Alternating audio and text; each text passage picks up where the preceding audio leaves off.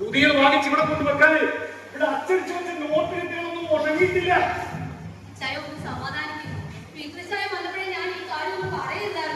അതെടി, പറഞ്ഞിട്ട് പ്രയോജനമില്ലാത്തവരോട് പറഞ്ഞിട്ടെന്ത് പ്രയോജനം?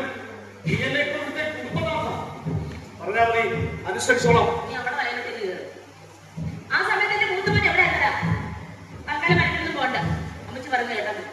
നിങ്ങളൊക്കെ പറയുന്നത് കേട്ട് ജീവിച്ചതുകൊണ്ട് ഇന്ന് എങ്ങും എത്താതെ ഞാൻ ഇവിടെ കിടന്ന് നഷ്ടം പിരിയുന്നത്. എത്തുന്ന കാര്യം പോട്ടെ, അകത്തുള്ള ഇട്ടുണ്ടായിരുന്നല്ലോ, ആ ആക്രിയന്മാർ ഇവിടെ വന്ന് ഇത്രയും തോന്നിവാസം കാണിച്ചപ്പോ ഇങ്ങോട്ട് ഇറങ്ങി വന്ന് ചെയ്തു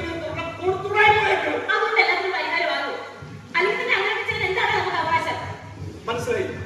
അധ്വാനിച്ചു കൊണ്ടുവരാത്തവർ എന്തിനാ ഇവിടെ കിടന്ന് ചിലക്കുന്നതല്ലേ? സമയത്ത് ഒരല്ലിലും ഒരിക്കലും അപ്പച്ച നമ്മളെ പോറ്റതല്ലേ?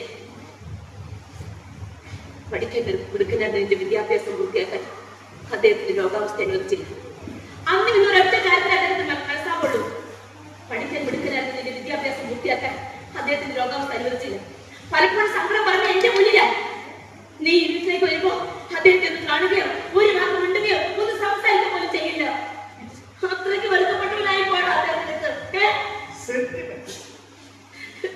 കാശിന് വിലയില്ല ഇന്നത്തെ കാലത്ത്. ഇത്തരം സെന്റിമെന്റ്സിലൊക്കെ ഒരു നൂറ്റാണ്ടിന് പുറകിലാണ് നിങ്ങളൊക്കെ ജീവിക്കുന്നത്. മക്കൾക്ക് വേണ്ടി ഒന്നും കരുതി വെച്ചിട്ടില്ലാത്ത മാതാപിതാക്കൾ ഒരു തോൽവി.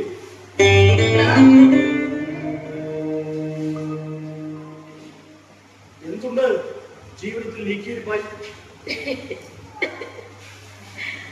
നിങ്ങൾക്കൊക്കെ തന്നെ നെഞ്ചിൽ കരുതി വെച്ചിരിക്കുന്ന സ്നേഹത്തിന്റെ നിക്ഷേപമല്ലാതെ എന്ത് നീക്കിയിരിപ്പാടാ മക്കളെ ബാക്കിയുള്ളത്?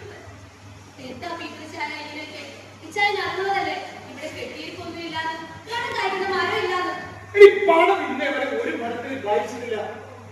അത് ബുദ്ധിയും കഴിവുള്ളവന്റെ കയ്യിലേ ഉണ്ടാവും. ഒരല്പം സാഹിത്യം പറയാം.